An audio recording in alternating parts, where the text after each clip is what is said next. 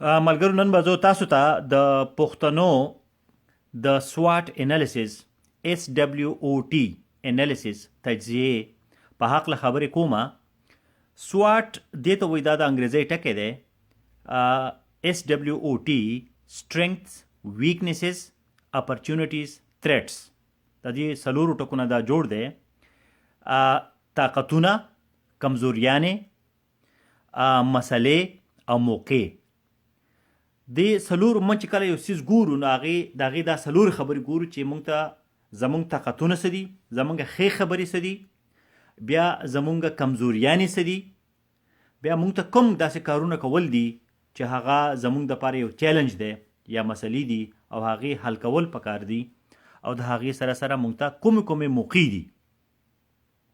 نو د پښتنو د ټولو لوی طاقت خو دا دی چې دا د دنیا کې 80 میلیونه 1 کروڑه خلک دي چې هغې ته پښتانه وایي، او دا د دنیا د ټولو نه لویه قبیله یا نسل دی، اتنیسټي. نو دومره 1 کروڑه خلک چې دي هغه ځان ته پښتانه وایي، نو دا ډیره لویه پیژنګلو ده. لکه زه په سپین کې ومه، نو ماته یو سړي په پښتو کې علي خان، بیا زما وروسته ډېر ښه ملګری شو، نو د ثوابۍ، نو هغه ماته یو ټلیفون وکړو او په پښتو کې زما سره خبرې وکړې. نو زما دپاره دا یو ډېره غټه پیژنګلو وه چې په داسې یو هیواد کې ما سره یو پښتون چې دی هغه خبرې کوي. زه به یو داسې ښار کې ومه سلمان کا، د سلمان کا په پوهنتون کې، سلمان کا یونیورسټۍ کې ما یو کورس کوو. نو هلته کې یو پښتون هم نه و، یو پاکستانی یا افغان هم نه و. نو ما ته چې په پښتو کې یو سړي په ټلیفون کې خبرې وکړې، نو زه په هغې باندې ډېر زیات خوشحاله شوم. نو دا د پښتنو چې لکه ټول پښتانه چې دي هغه لکه د یو بل د تره زامن دي، د ترور زامن دي، که یو هغه یو ډېر لوی خاندان دی. نو دا یو ډېر لوی طاقت دی. دویمه خبر دا ده چې پښتانه چې دي نو هغه د آریاو د نسل نه دي، او په دې خپل هیواد کې د ډېر وخت نه، د 6,000 کاله نه، د 10,000 کالو نه هغه دلته کې ژوند کوي. نورو ځینو ته به دا تلي وي، خو دا د نورو ځینو نه راغلي خلک نه دي. نو هم پکتیا یا پکتین چې دي په دې د دې نه دا جوړ شوي دي، او د هغې نه بیا آریا، او د آریا نه بیا پښتانه، یا د پښتنو نه د پکتیا نه بیا آریا جوړ شوي دي. نو دا کم په نسل یا په وینه باندې چې دي، نو دا یو ډېر زیات پاک خلک دی، او په دې کې د نورو خلکو نه ډېر کم یو څیزونه یوځای شوي دي. بل زموږ سره کم غرونه دي، سیندونه دي، ځنګلې دي، ونې دي، او قدرتي وسایل دي، نو هغه ډېر زیات دي د پښتنو سره. نو د دې نه هم چې هغه ګټه اوچتول پکار دي. او پښتانه چې دي نو هغه ډېر ایماندار خلک دي، او په یو خبره چې وکړي نو په خپله خبره باندې ولاړ وي، او هغه چې نن هغه چاله فریب ورکول یا دوکه ورکول چې نن هغه خپله ښه خبره نه ګڼي. او ځکه په پښتو کې لیکل نشته، ځکه چې هغه په خوله باندې خبره چې نه هغه د کاڼي کرښی. نو دا خو د پښتو ښې خبرې دي. خو د پښتنو کمزوریانې دا دي چې په ټوله پښتونخوا کې، که هغه افغانستان دی، او که هغه پېښور دی، او که هغه کوټه ده، که قندهار دی، او که جلال آباد دی، نو په هغې کې د تعلیم، د پوهې، د روزنې موقع نشته. لکه تاسو قبایلي سیمې وګورئ که نه، نو په ټوله قبایلي سیمه کې یو هم پوهنتون یا یونیورسټي نشته. دغه شانتې په هغې کې ډېر ښه کالجونه یا اسپتالونه نشته، د څېړنې یا د ریسرچ ځایونه نشته. نو ډېر پښتانه چې دي نو هغه په نورو ځایونو کې ډېر واړه کارونه کوي، او هغه ځکه بیا په نسوارو باندې یا په چوکیدار باندې یا پټان یا په داسې ټکو باندې ورته خلک خبرې کوي چې په هغې باندې د هغو بېعزتي کېږي. نو یو که یو پښتون ځان ته پښتون وایي یا پشتون، نو دا یو ډېر دروند ټکی دی. ته یو سړی ته وایې که نه زه پښتون یم یا پشتون یم، نو دا ډېره غټه خبره ده. او که ته ورته وایې زه پټان یم، نو دا پټان سره ډېرې داسې د ټرک ډریور یا د بس ډریور یا یو چوکیدار، یو څوکیدار او نسوار، او دا خبرې هغوی سره تړلې شوي دي. نو یو خو دا دی چې د خپل عزت په خپله باندې خیال وکړئ، روزنې، تعلیمونه او پوهنتونونه دې ته لاړ شئ او سبقونه ووایئ، ځکه چې ستاسو وینه او ستاسو کې دومره لوی قابلیت دی چې یو پښتون چې کله خبرې کوي نو هغه ټول خلک، نور خلک چې نن هغه هغو ته ډېر غلي ناستي او ډېر په دروند نظر ورته ګوري. نو دا د تعلیم یا د پوهې چې کموالی دی نو دا د ځانه ویستل پکار دي. بل پښتانه چې دي نه هغه په یو خبره باندې چې ورسم شي نو بیا خپل هغه عقل چې نه هغه په استعمال کې نه راولي. لکه مطلب چې خبر په جر مست دی ته وایي چې یو طرف ته روان شي بیا ټول هغه یو طرف ته ځي. یو دا چې خپل مازغه په هغې باندې پوهه پکار ده، په هغې باندې فکر پکار ده چې یاره دا سیز ښه دی یا ښه نه دی، بد دی یا ښه دی. نو په دې باندې چې نو هغه فکر پکار دی. لکه تاسو افغانستان کې وګورئ یا پاکستان کې کم چې د پښتنو سیمې دي نو په هغې کې ډېرې زیاتې ستونزې دي، ډېرې زیاتې شخړې دي، ډېرې زیاتې مسلې دي. دا ولې دي؟ اوس که په افغانستان کې نور قومونه دي، که هغه تاجک دي او که ازبک دي، نو هغه ښه ښکلی ژوند کوي او د هغوی دغه تاسو وګورئ، د هغو کلتور وګورئ او د هغو د خپل د ژوند د تیرولو چې کوم انداز دی نو هغه څومره ښه دی. په پاکستان کې که هغه پنجابیان دي یا نور خلک دي نو هغه هم ښکلی وخت تیروي. پښتنو ته ولې دا دومره زیاتې مسلې دي؟ نو په دې باندې سوچ پکار دی، فکر پکار دی چې مونږ ته دا دومره مسلې ولې دي. نو په دې کې یوه غټه وجه دا ده چې پښتانه چې دي نو هغه په خپلو بچو باندې تعلیمونه نه کوي، هغه پیسې ته نشي ټینګېدی او چې کله هغه لسم یا اتم وکړي نو دوبۍ ته لاړ شه او سعودي ته لاړ شه او هلته کې چې نن هغه په هغو باندې کارونه کوي، مزدوریانې پې کوي، دیاړۍ پې کوي.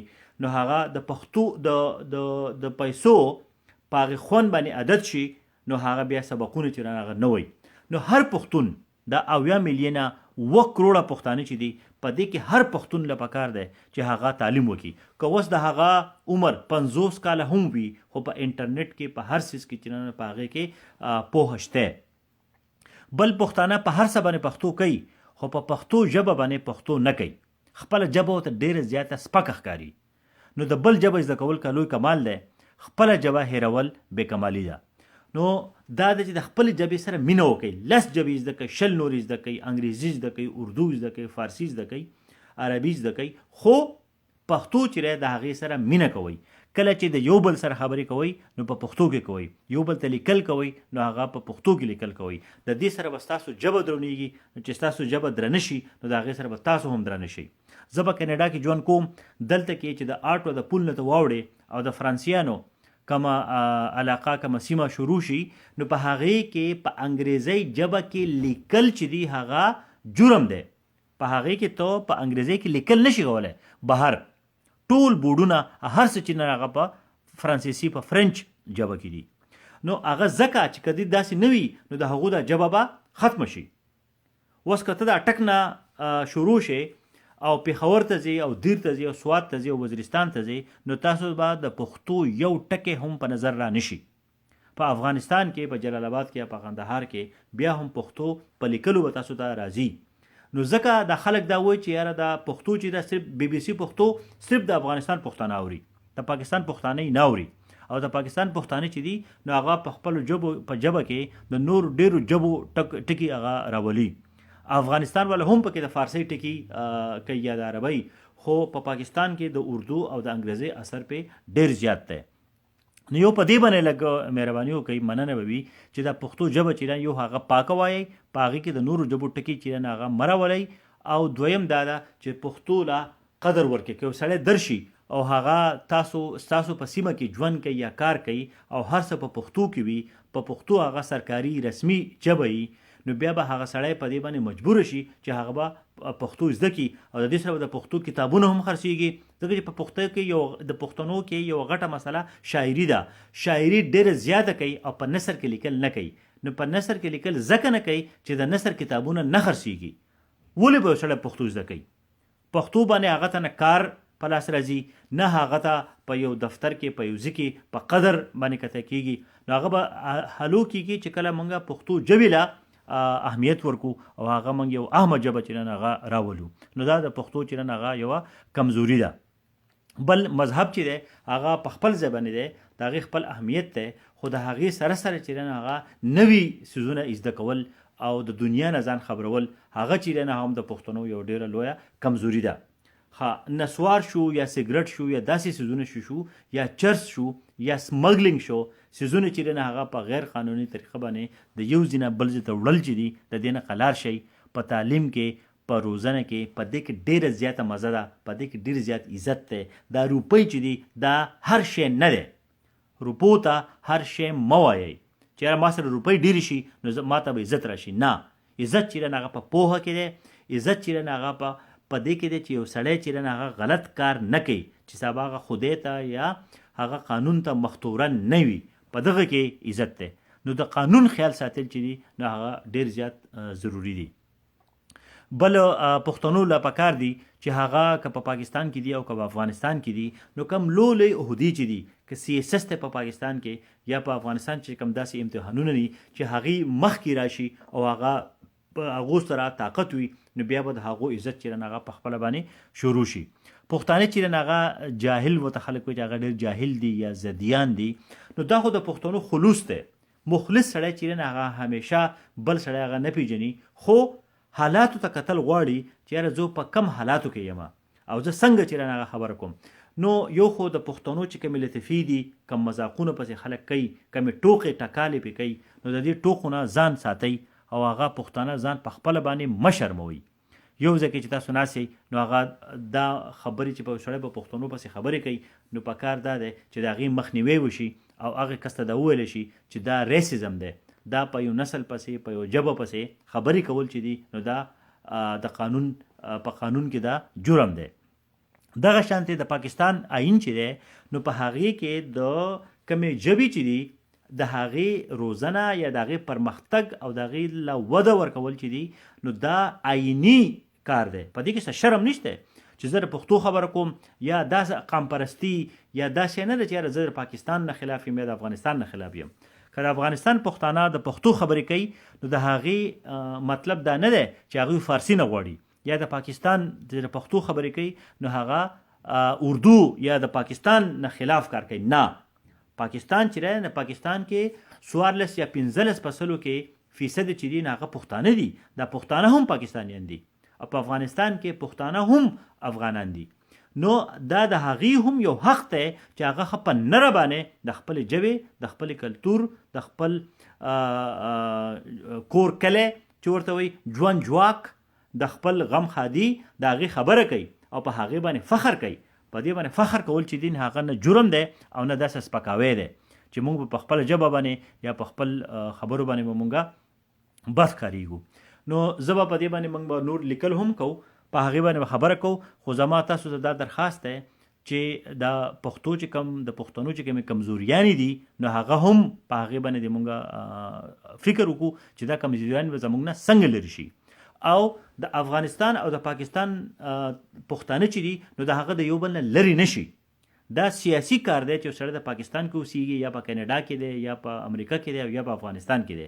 د دې د پښتونولۍ سره، د پښتو ژبې سره یا د پښتون سره څه کار نشته. پښتون چې دی هغه یو نسل دی، هغه یو ایتنیسټي ده. نو دا په هر ځای کې چې هغه پښتون وي. دا نه چې د افغانستان پښتانه ډېر ښه پښتانه دي او د پاکستان پښتانه چې دی هغه ښه نه دي، یا د پاکستان هغه ښه دي او د افغانستان هغه ښه نه دي. نه، دا کم سیاسي مسلې چې دي هغه په خپل ځای باندې دي، خو د پښتنو د دواړو هیوادونو پښتنو له پکار دي چې هغه د ژبې او د کلتور باندې یو بل ته رانږدې شي. نو زما د زړه دا خواهش دی چې دا 80 میلیونه او 1 کروړه پښتانه چې دي دا ډېر مخکې لاړ شي او دا لوی تعلیمونو کې یونیورسټو ته، پوهنتونونو ته لاړ شي او هغه په ژوند باندې پوه شي او هغې خپل ژوند چې دی هغه په وړو خبرو کې یا په وړو جګړو کې او په ستونزو کې هغه نه تیری او هغه د دنیا د نړۍ په قامونو کې یو داسې قوم، یو داسې خلک، یو داسې نسل چې دی هغه یاد شي چې په هغې باندې خلک فخر کوي.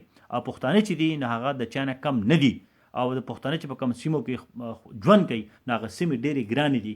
بیا هم پښتنو خپل ځان له په افغانستان کې چې څومره په قدرت کې پاتې شوي دي، څومره خلکو چې حکومت کړی دی د اوسه پورې هغه پښتانه دي. او په پاکستان کې هم د پښتنو چې هغه ډېر لوی ځایونو ته رسېدلي دي. نو چې دا د پرمختګ او د ودې چې کم سفر دی نو چې دا هم داسې مخکې روان شي، خو چې زمونږ کم کمزورۍ دي د پښتنو چې په هغې باندې هم موږ ځان پوه کړو چې یاره په موږ کې کمې کمزورۍ دي. اوس که یو سړی راځي د یو بل سیمې نه زمونږ نو چې موږ سره په پښتو کې خبرې کوو، د دې سره به د پښتنو چې هغه عزت هم نور هم سیوا کېږي.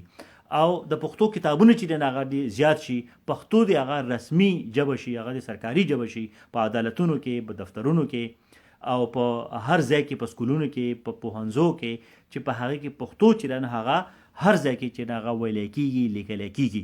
ځکه چې په پاکستان کې د پښتو لیکل او لوستل چې د هغه نشته.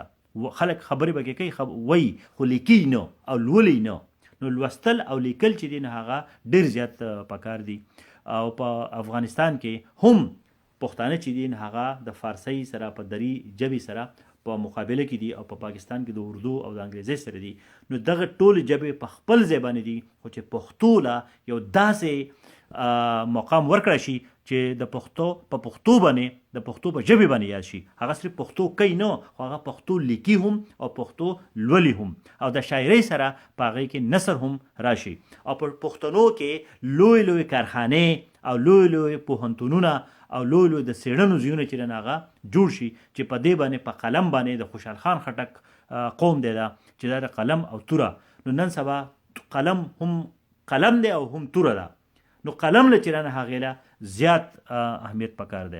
نو ډېره مننه. په دې باندې به نور لیکل کوو، تاسو تپوسونه وکړئ او په سوات انالیسس باندې به موږ نورې خبرې هم په لیکلو کې کوو. زما د ویډیو صرف تاسو لږ غونډه کې هغې له یو دغه ورکول دي، یو ټچ ورکول دي.